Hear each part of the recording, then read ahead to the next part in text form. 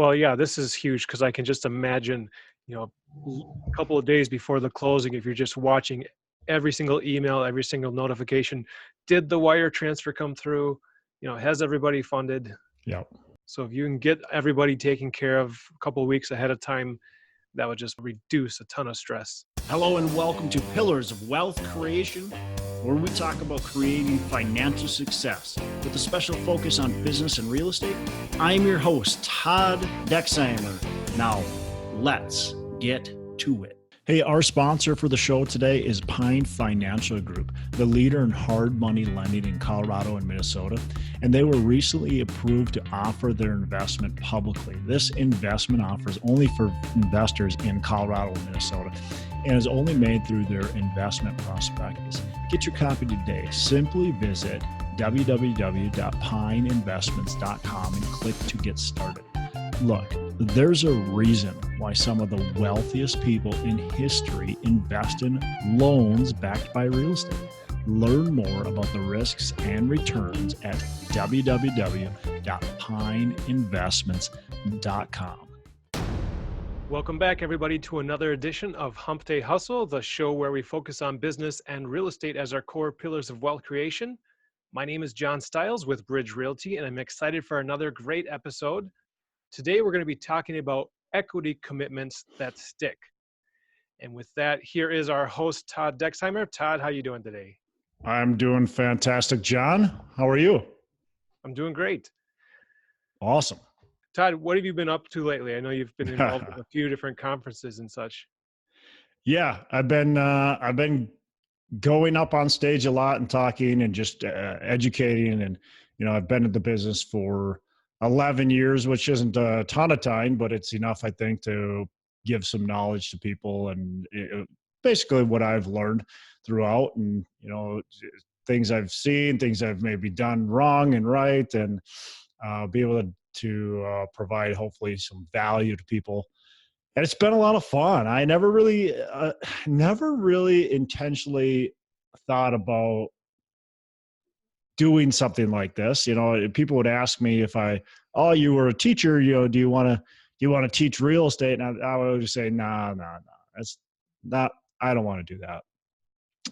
But I guess once a teacher, always a teacher. I'm having a ton of fun doing it. I'm loving going up on stage and speaking at these events. Of course, it gives me an opportunity then to kind of position myself as a thought leader, which is always good, and potentially gets more investors or more deals, build my brand. So there's definitely some other benefits beyond it. You go to a conference, if you speak at the conference, people automatically will want to come up to you. So it's definitely easier to network after you speak. Because people want to say hi to you, they want to reach out to you, and they want to, hopefully tell you a good job. So yeah, I've been doing a lot of that. I obviously we hosted our conference, the North Star Real Estate Conference, which I thought went extremely well. That was really fun. And by the way, to our listeners, it's going to be again in 2020. We're going to be doing it April 24th and 25th. We're switching it to the spring strategically because there's a ton of conferences in the fall. And so I just wanted to get it in the spring. A lot of people are doing their conferences in the fall. So I thought it'd be best to do it in the end of April. It's nice and warm already in Minneapolis, well, typically.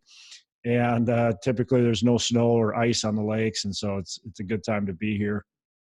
And so we just opened it up. So if people wanted to sign up, they could go back to our website, NREconference.com, and they could actually buy tickets today with the promo code North Star, one word, North Star. So yeah, after the North Star Real Estate Conference, I spoke at another conference right after that the following weekend, and then had another small little conference, more of a meetup right after that. And then I went to Denver and spoke in Denver at the Raising Money Summit, which was a good time.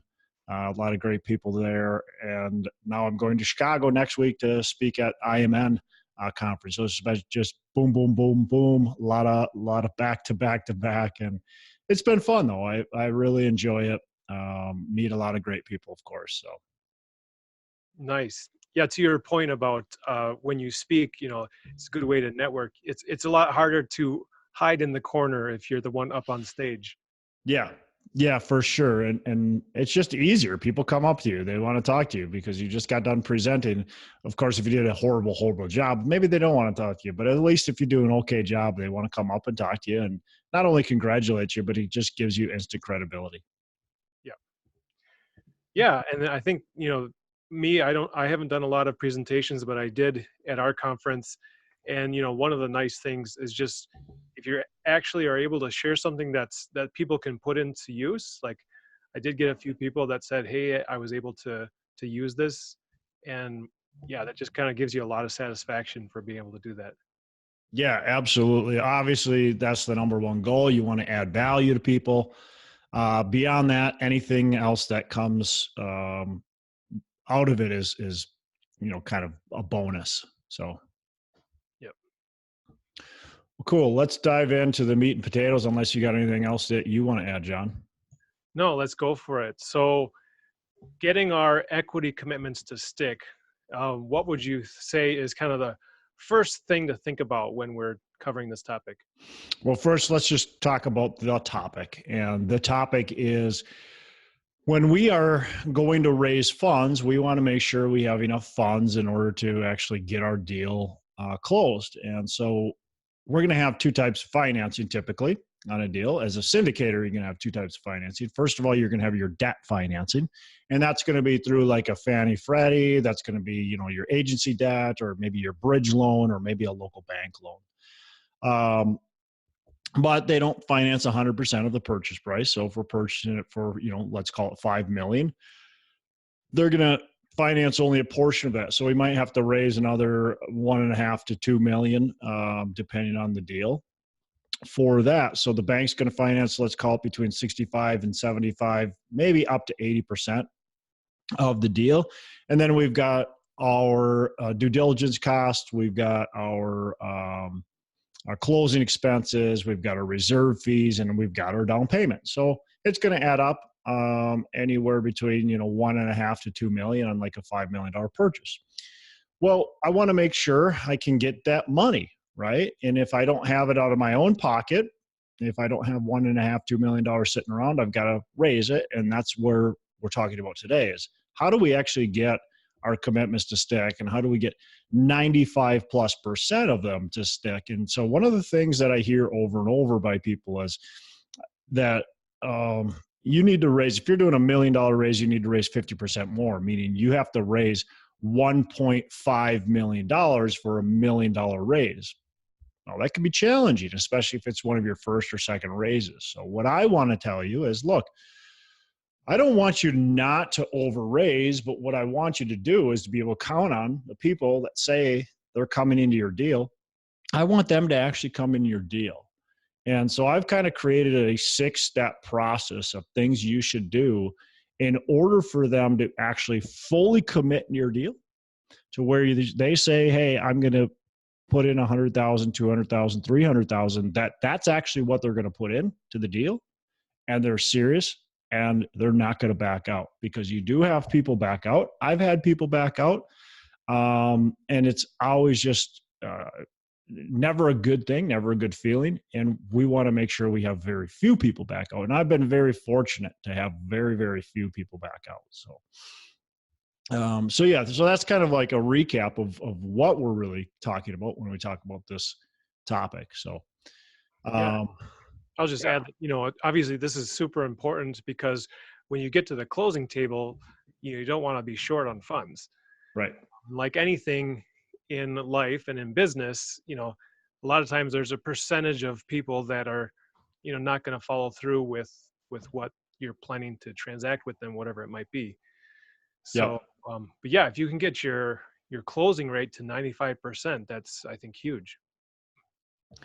Yeah, absolutely. We want to be able to look. It's important to know what you have to raise, right? If we don't know what we have to raise or what we have when we raise, you're kind of guessing. You're stressed out. It's just not a good position to be in. So we want to be comfortable with the raise as we go on. Nice. So let's talk about step number one. Yeah, so educate early and often would be step number one. Yeah. So yeah, absolutely. So, and that's most of the stuff is either all of the stuff is before we're actually closing. And when I talk about closing right now, I'm talking about closing on the funds. Okay. And then closing on the property, of course, is the second step. But education is really important. If my investors don't know what they're getting into, they're going to feel uncomfortable committing, right? So maybe they'll give me a verbal commitment, but they'll try to do more due diligence. Well, if they're doing due diligence on me and on, what this type of investment is after they've committed, well, guess what? It's a tight time frame. A lot of them are going to feel uncomfortable during that due diligence phase, that they're not prepared enough, and they're going to step out. And maybe they'll decide to come in on the next one, but that's not what we want. We want them to be prepared on this one. So we want to educate them. We want to educate them. We want to educate them. So for me, what I do is I've got a podcast, right? I've got blogs. I have, social media posts. I do what I can to try to make sure there's good education out there. I point people in the right direction if I don't have what they need covered. So I make sure they're educated. Then I also have a one-on-one phone conversation with each and every one of my investors. Every single one of my investors have a one-on-one phone conversation with me. And I'm there to answer questions to make sure they understand the type of investment that they're talking about getting into. We want to make sure they're comfortable with us. We want to make sure they're comfortable with the markets that we're looking at. And we want to make sure, of course, they're comfortable with the setup. Beyond that, then they get on our mailing list and they get quarterly emails. And those quarterly emails always have something educational in them. They're always basically everything educational about what's going on with the market, about the type of properties we're buying, about multifamily. So we're giving them content so they can consume and they can further their education. So it's educate early and educate often, extremely, extremely valuable. Yeah, I can totally get that. I mean, people are going to make these ultimate investments when they're really confident that it's a good investment for them. And if they don't have enough knowledge about it, they're just going to feel unsure about it. And, uncertainty is not a good place to start there. Yep, absolutely. So yeah, if that's it for number one, let's go to number two, which is sound presentation. Yep. So, we get a property under contract and we want to present, of course, the details to our investors. And when we want to present the details to our investors, we have to have a presentation. And that presentation is typically in the form of like a webinar and a PowerPoint presentation. Well, I don't want to do death by PowerPoint. I want to make this thing exciting. I want to make it so they can feel like they've been to the property. So that's kind of what we're looking for. We're looking for telling a story. Stories sell. And we're not, by the way, we're not selling. Anytime I position one of my investments, I don't come into it with the thought of I'm selling.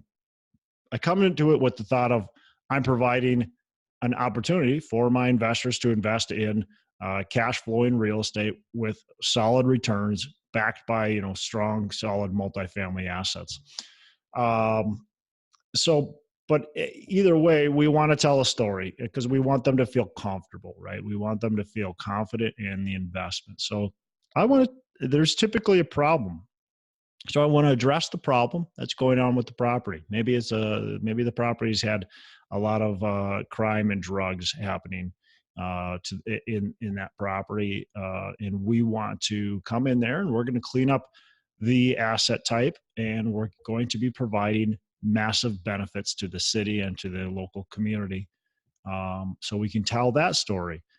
There might be other issues, but there's some sort of issue that we're typically trying to solve. And so we can tell that story. We want to tell the bad, and then we want to talk about how we can solve that problem. We also want to talk about our full business plan, what we're doing, and really just tell that story. And we want to show good video and pictures of the property so they can really see themselves living in the property. If you can feel that you could live in that property and you feel like you've been to the property already, you're very much more likely to invest and continue to kind of hold your investment in there versus walk away and feel uncomfortable.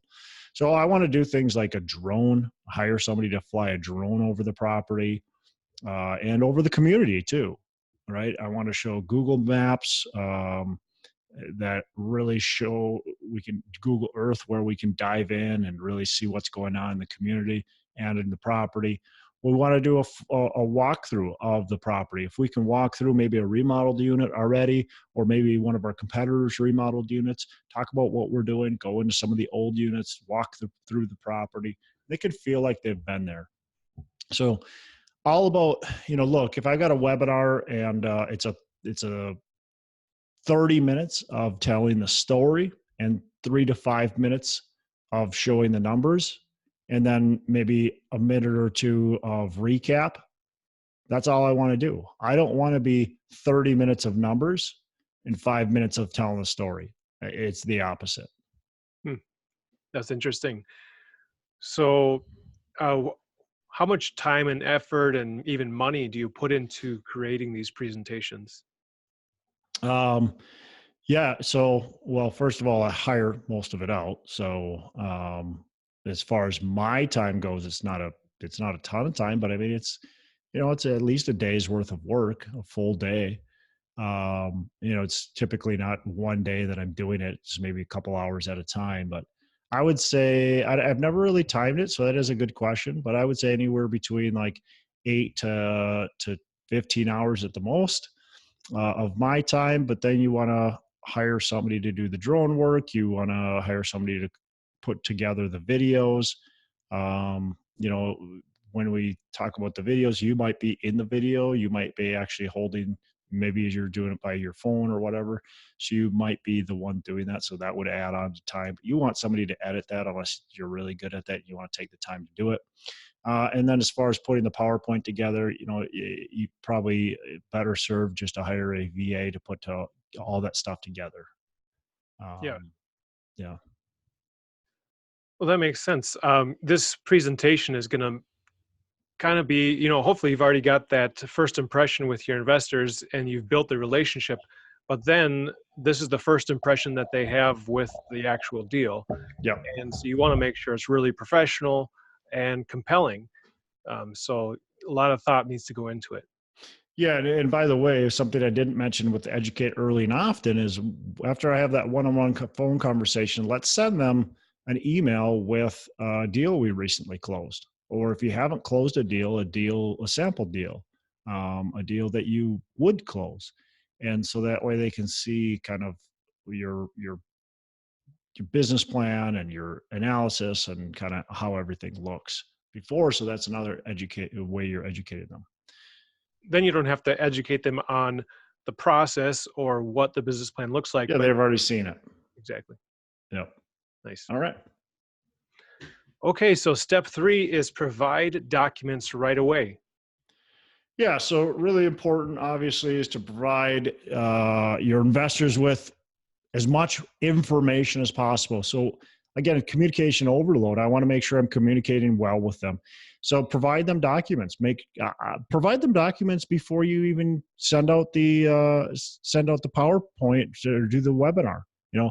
Provide those documents to them so they have time to review. If you can get your PPM sent out, private placement memorandum, which is the big legal document written by your attorneys, and your business plan. So I always do a PPM, but then I do a business plan, and my business plan is written by me or my team, and it's very just English 101, really easy to read and understand, and we try to tell a story in that as well. And so send that out to your investors as early as you possibly can. Send out your underwriting so they can see it, and make sure that all gets in front of them and gives them an opportunity to look it over, and gives them an opportunity also to send it to their attorney as quickly as humanly possible. So we want to get that out to them. I want to get it out before I even do the webinar if I possibly can.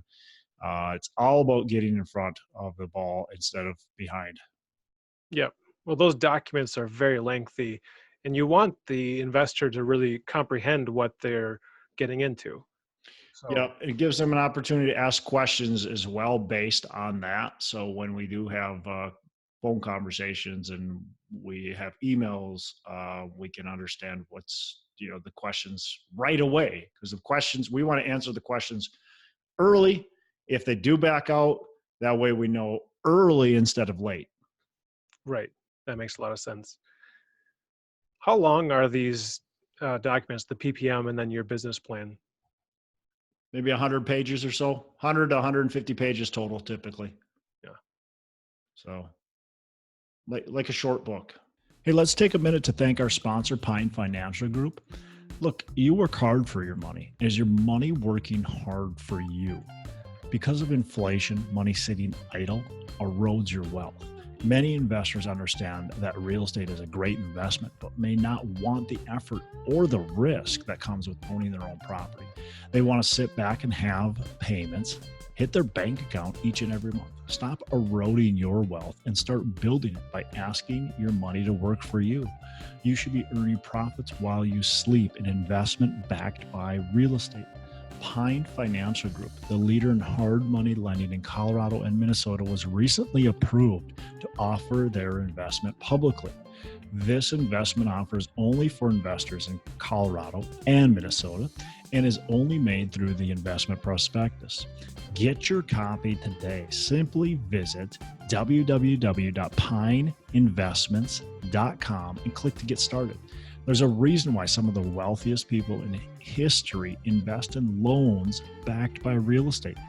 Learn more about the risks and returns at www.pineinvestments.com. It's www.pineinvestments.com.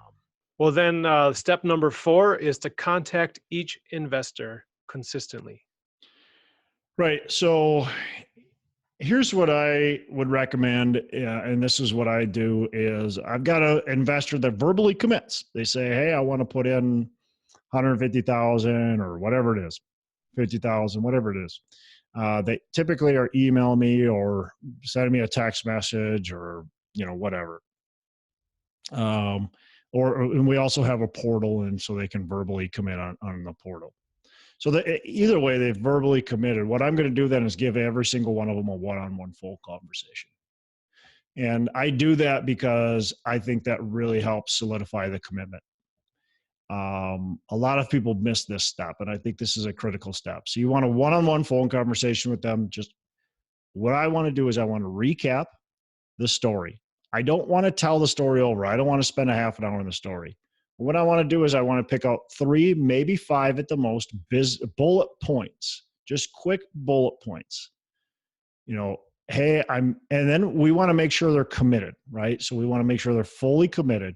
So here's kind of the conversation. It's going to be something like, hey, Jim, excited that you are investing 150 committed. Sorry, excited you're committed to investing $150,000 into 123 Main Street that will be closing on October 23rd. Wanted to just ask if you had any questions and make sure that you understand that we are going to be doing X, we're going to be doing Y, and we're going to be doing Z to the property. And we're going to be taking this property from, where it's at right now, whatever the story is, and we're going to be turning it into this. We're excited to provide, 8 to 11% cash on cash return with a projected IRR of, 16%. Just wanted to make sure, I answer any questions that you have, blah, blah, blah. I'll let them get some questions out, talk about the deal, whatever they want to do. And then at the end, you're going to cap that conversation by saying, all right, well, appreciate the phone call, or appreciate the phone conversation. If you ever have any questions during this process, please don't hesitate to email me or reach out via phone. I want to make sure I'm serving you properly. And I would then end with, you'll be receiving weekly emails from us. And just want to make sure you understand our closing date is, again, it's it's October 25th or whatever it is. And, excited you're committed. Something like that. You notice I said they're committed. I didn't ask them if they're committed. I told them they're committed. I think that's really important as well. Yeah, this particular phone conversation I think is huge, because in this technology age that we live in, we feel like we have a lot of more engagement than we actually do. It's super easy for people to click the like button or receive an email and passively be engaged, but they might not be really committed to that. Yeah. So but like you said, you're giving them this opportunity, but they do need to make a firm decision on it. So you're kind of putting them on the spot, and helping them to make that decision. Yeah, I think once they have that one-on-one personal phone conversation with you, they're a lot more committed, in my opinion. I mean, you've already communicated with them now. So then the next step with communication is I have that weekly email. Like I said, I already told them I'm giving them a weekly email. And I think that's extremely important. We don't want to miss out on that. If we don't have a weekly email, we're not top of mind, and we want to be top of mind. We want to make sure they understand that this thing is still closing, because it might be 60 days between, or maybe even more, between when they commit to when we close. Well, if they commit and 60 days go by and they haven't heard from you, they might not even know the deal is still active and alive. So I want to send a weekly email. Some of the emails might be pretty much the same. Like, just want to give you guys a weekly update. Everything is on track to still close on, October 25th. And we're still excited about the deal. Could be something very simple. And it could be pretty much the same email every week for 4 weeks. But it doesn't matter. It just needs to be a communication point. That provides them opportunity to understand that you're a good communicator, right? And you're professional. And that also keeps you top of mind and makes sure they do know the deal's still going through. Yeah. And it really solidifies in their mind that they are funding this deal. Yeah. So, say, Todd, as you're making all these follow-up conversations and calls, how much time would you say that takes? And like, how many investors can you handle yourself before you need to start adding people to your team? I mean, that's up to each individual and what their role is in the property, right? So if your role is investor relations, well, that I would think you'd handle them all. If you've got a lot of other things to do, then maybe you do have to hire somebody to do it. So it really depends. Each phone conversation shouldn't take more than about 20 minutes. Some of them are going to take 10 minutes. Some are going to take 30 minutes, but each of them, I would say you can average in 20 minutes, and you can give people a timeline. You can say right at the beginning of the call, "Hey, Jim, wanted to give you a quick call. I've got about 20 minutes. Is now a good time?" Or schedule it with them. Just schedule them. Say, "Hey, I'd like to schedule a phone call with you. I've got a 20-minute time slot right here." Yep. So however you want to do it to maximize your time, but you definitely don't want to be spending an hour with each investor. And that's more than enough. Most investors, every once in a while you get an investor that has a ton of questions, but most investors don't have really many questions, especially if you've done it right from the start. If you did a good PowerPoint presentation, if you really set yourself up right, they won't have many questions. I've already answered it all. Yep. Well, and if you've done all of step one, which is educating early and often, Yep. then hopefully that will answer a lot of their questions. We also provide a Q&A, right? So when we send out our investor docs and all that, we've got a Q&A. We've got commonly asked questions that typically are, pretty much every deal are the same type of questions that get asked. So it's just a Q&A session or Q&A piece of paper that they can look at basically, and they can go through and they can look at that stuff. So a lot of that stuff is right on the Q&A, and they'll already have their questions answered. Nice. Cool. Okay. Well, let's move on to step number 5, which is to get it in writing. Yeah. So once it's in writing, I would say you're 99% committed. There's not many people who are going to back out once they sign a document that says they're in. Okay. Now, can they still back out? Sure, they can still back out, but very rarely do I don't know if I've ever had anybody back out after actually signing on the dotted line. So I want to provide that PPM. I want to do all that kind of stuff, and I want to get them the area to sign right away. We do ours through DocuSign, so there's no question of where they have to sign. And we give a deadline. We give our deadline of 7 to 10 days after they've made the decision to actually sign on it. So we're going to give an actual date. You got to sign this by October 10th. And we make sure that we stick to that. Yeah. And what exactly are they signing? They're signing that they received the PPM and They're signing the PPM. Okay. And then they sign something else that says how much they're putting in? The subscription agreement and the operating agreement will all be signed, and those will spell out how much they're putting in and everything. Okay. Yep. So everything will be in there, be very clear. They'll understand how much they're investing. They'll understand, hopefully, everything about the documents, and they'll sign it. Like I said, within 7 to 10 days, because we want them committed. We want plenty of time to find somebody else if they do back out. Yep.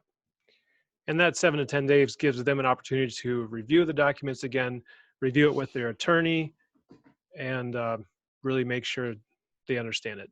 Yep. And is there some exceptions? Will we make exceptions? Yeah. If we feel like somebody's really committed and they do need some extra time to have their attorney review and they're maybe a new investor, we might give them some extra time.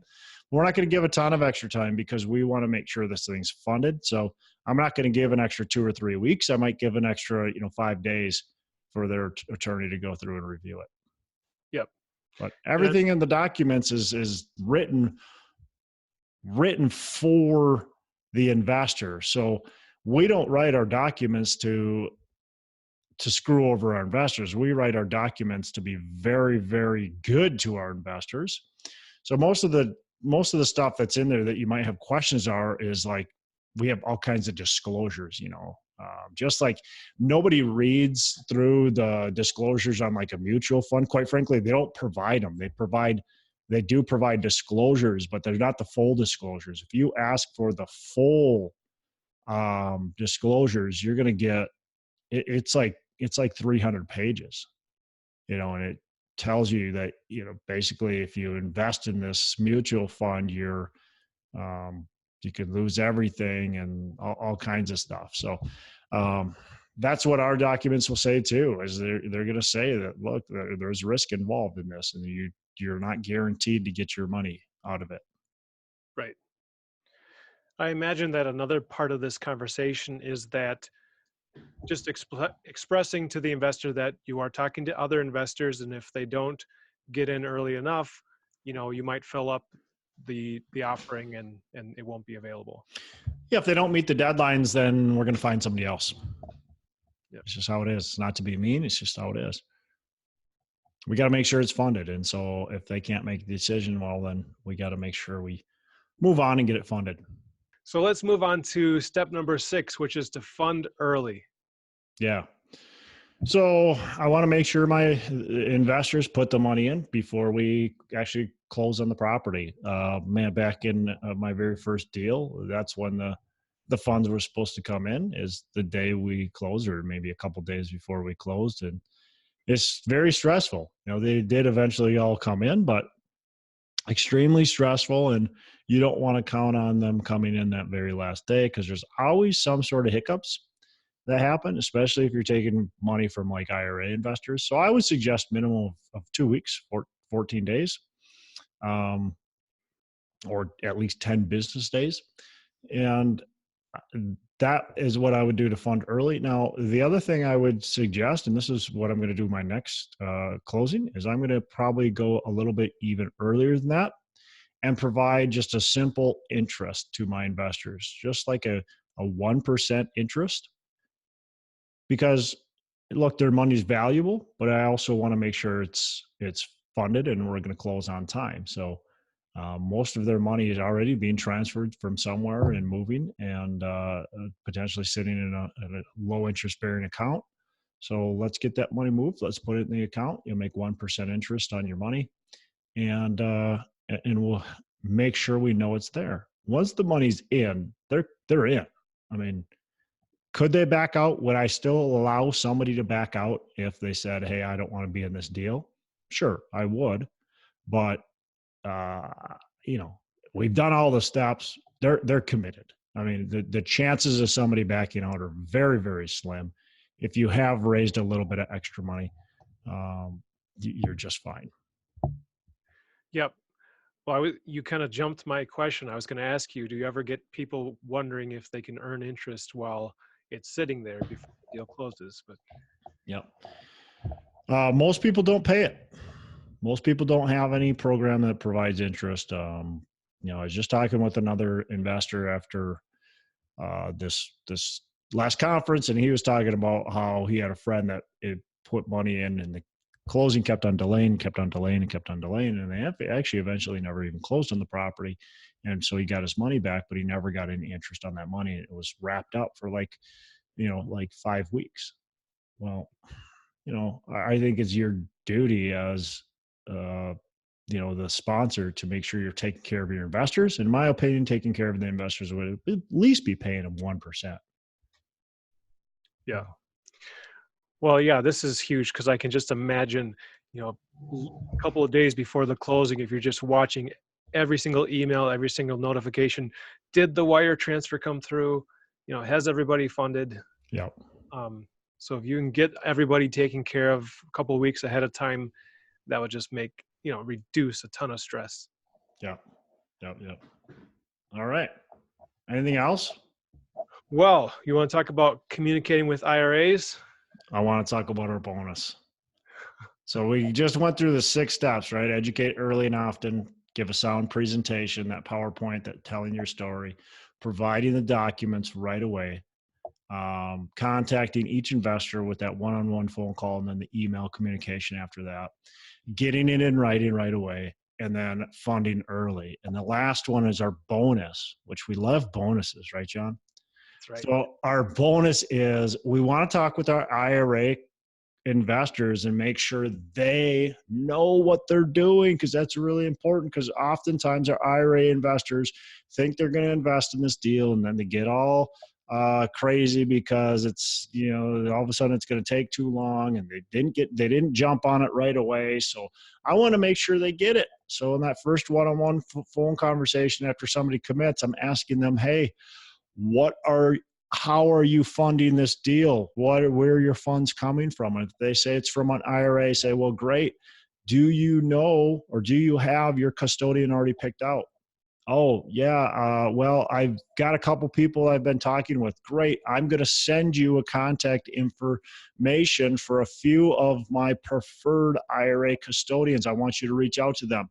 Then I'm going to hang up with them, and I'm going to go into my email, and I'm going to email my preferred IRA custodians that I've already had relationships with. And if you don't have relationships with them, form them right now and tell them exactly what you're doing. That email is going to say something like this, and I'm going to CC my investor along with the IRA custodian. I'm going to say, hey, Mr. IRA guy, Jim, my investor, has committed $150,000 into 123 Main Street, and we're not closing the deal, closing on the funds on October 25th. We're excited to have him fully committed to the deal, and I want to make sure that everything is in a line to be able to have our IRA set up and fund on time, so we don't have any hiccups. Can you make sure you take care of them? Then I'm going to email my IRA custodians along with my investors. And then after that, I'm going to follow up. I'm going to follow up with both the IRA custodian and the investor. We might do another just email that with both of them CC'd, or we might do a phone call with the investors, say, hey, did you get that taken care of? Everything good? Just want to make sure you're on the ball. Because if they're not, then what happens is they back out because they didn't realize it was going to take quite so long, and they don't want to be a burden to you, and so they end up backing out. Yeah. Well, this is a huge bonus, I think. How long would you say it typically takes for a IRA to roll over to one of these custodians? If you're on the ball, you can do it in less than a month. Okay, but even so, that's a month. Yep. So somebody shouldn't be waiting till funding date to try to set up their IRA. Nope. That's if you're on the ball. A lot of people aren't on the ball with things. That's why I want to make sure right away they're on the ball. That's why I'm asking those questions right away. How are you funding this deal? Where's your source of funds coming from? It's with an IRA. Even if it's with an IRA and they say they already have a custodian, say, well, is it set up? If they say, yeah, everything's 100% set up, then go, okay, great. Have you funded anything before? Yep, we've already funded a deal in the past. Great. So you know the whole process and we're going to be clear to close. Yep, everything's good. Perfect. If they don't know, if they haven't funded, they're not quite sure, say, well, let's make sure we have a phone conversation. I'd love to connect with your IRA custodian. Let's connect us together so we're all three connected, and then we can make sure the process is going smoothly. Yep. So you want to find out where they're at, where their education level is. There's a lot of great resources too from IRAs. And so I would educate your investors with that too as you go. So some of my emails will be about IRAs, self-directed IRAs, and how they can use them. Yep. Wow. So as you have implemented these different strategies, these different steps, you've found a lot of success in just closing and getting those deals funded. Is that correct? Yeah. I mean, look, John, you get, 95+% of my investors that say they're going to commit, they actually commit. So I think in my last deal, I had a total of maybe like $65,000 not commit out of 3 million. Okay. I don't, what's that? What percent is that? Pretty damn good. Yep. Good. So cool. Well, that's all I got. You got anything else?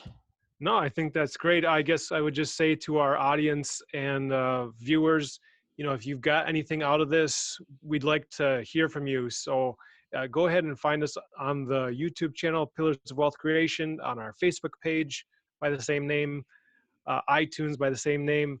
And we'd love to continue the conversation there. So if you've got something else you'd like to add or something you just really like to point out that you took away from this conversation, let us know there. Or if you got another topic you want us to hit on that you really think is important that we could either bring a guest in or maybe we can cover ourselves. I'd love to hear from you on that end as well. Sounds good. And then remember, don't forget the North Star Real Estate Conference. We're already going to be blasting out because we're doing it only in 6 months from now, April 24th, 25th. I'm excited. We have a couple speakers already that we've got lined up. And we're going to be announcing speaker lineups hopefully in the next 3 to 4 weeks, and really just blast out the tickets. Make sure you get your ticket. We are going to have a limited amount of tickets again, and I'm hoping to sell them all out. The coolest thing, John, is this last one, we said all proceeds are going to charity. Well, I didn't really know what that meant because we didn't know if we were going to have proceeds because we haven't done this before. And we ended up having proceeds, and we're going to be giving about $4,000 to the 2 charities that we committed to. So that's going to be awesome. We are actually providing nice, sizable donations to these charities, and they're excited to be receiving it. So that's just awesome. I'm so excited that we were able to do that and provide that to these charities that really deserve it. Yeah, I'm excited about that as well. I mean, when people pay those fees, those ticket fees, they're getting quite a bit. They're getting all the ton of value. They're getting the presentations, but there's a lot of expenses that goes into preparing the event. There's booking the event. There's food involved. So we did have expenses, which is why you say we weren't sure what kind of margin there might be. But yeah, that's exciting. We were able to provide that much to the charities. So yeah, and the